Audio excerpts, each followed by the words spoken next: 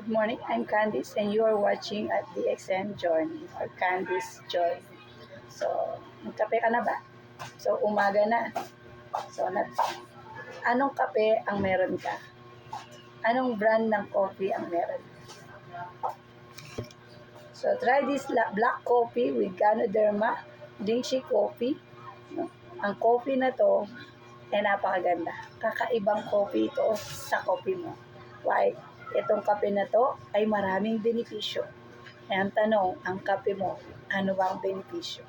So itong coffee lang to nakakapagpapalakas ng ating resistensya, nakakatulong maglinis ng ating bituka at sikmura, pinapalakas ang depensa sa sakit tulad ng ubo, sipon, trangkaso at iba pa. Nakakatulong din tumunaw ng kolesterol at i-convert into energy. Grabe, no? Nakakatulong na maglinis ng atay at iba pang internal organs. O, kaya pa ba? Nakakatulong din lumaban sa mga viral infection. Tumutulong upang lumikha ng insulin ang atay. Grabe, no? Ang kape mo, meron bang ganyan?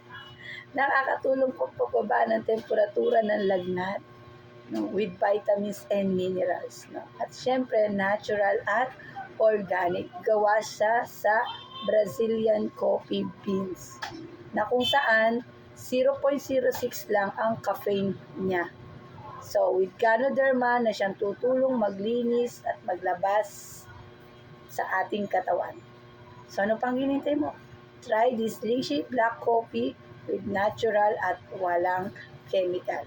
At take note, hindi siya nakaka-acid kahit na kailang baso ka pa sa buong maghapon. Try Dingshi black coffee.